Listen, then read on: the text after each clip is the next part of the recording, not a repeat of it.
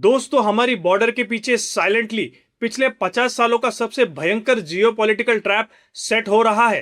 एक तरफ है सऊदी अरेबिया का अनलिमिटेड ऑयल मनी, दूसरी तरफ है तुर्की का एडवांस ड्रोन कॉम्बैट सिस्टम और तीसरी तरफ है पाकिस्तान की सरफिरी आर्मी।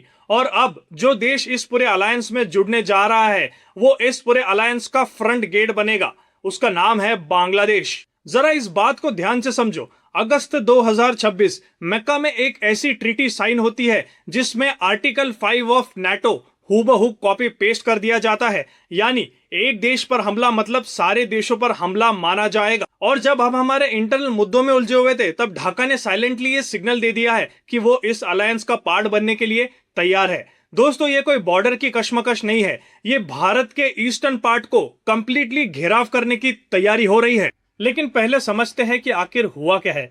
इंटरनेशनल मीडिया इस मक्का के पैक्ट को सिर्फ एक कैजुअल ट्रायलैटरल मीटिंग कंसीडर कर रही है, लेकिन it is literally an Islamic NATO. जरा इस पैक्ट के ज्योमेट्री को समझिए। सऊदी अरेबिया के पास बहुत सारी फंडिंग है, यानी पैसा है, लेकिन फ्रंटलाइन आर्मी नहीं है। दूसरी तरफ है तुर्की है, जिसके पास एडवांस टेक्नोलॉजी और नाटो के रिवर्स इंजीनियर सिस्टम्स है, लेकिन वो इकोनॉमिकली वीक है।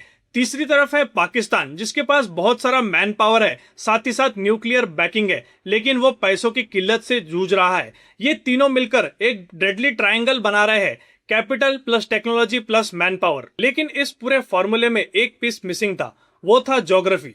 सऊदी अरेबिया मिडल ईस्ट में है, तुर्की यूरोप के बॉर्डर पर है और पाकिस्तान हमारे वेस्ट में है। इन सबको इंडिया के एक सॉफ्ट बेली पर एंट्री चाहिए थी और वहीं पर एंट्री होती है बांग्लादेश की। मैं आपसे एक पर्सनल फ्रस्ट्रेशन शेयर करता हूं।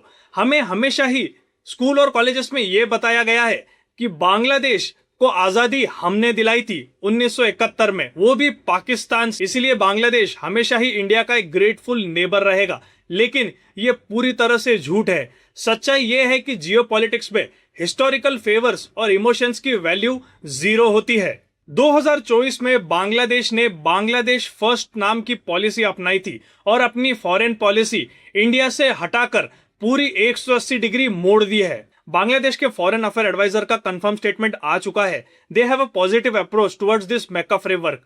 क्यों? मैथ्स बहुत सिंपल है। पहला, द वॉलेट। बांग्लादेश को सऊदी अरेबिया से हमेशा से ही फंडिंग मिलती आई है। लगभग हर साल $5 बिलियन का रेमिटेंस सऊदी अरेबिया से बांग्लादेश को आता है। दूसरा, टेक्नोलॉजी। तुर्की के साथ ऑलरेडी डिफेंस डील साइन हो चुके हैं।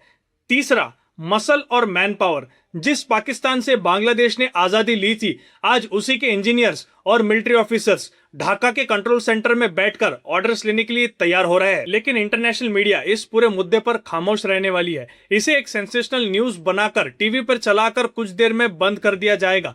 लेकिन अगर आप इस मुद्दे के पीछे के फैक्ट्स और डीप एनालिसिस देखना पसंद करते हैं तो आपको हमारे कम्युनिटी के साथ जुड़ना होगा।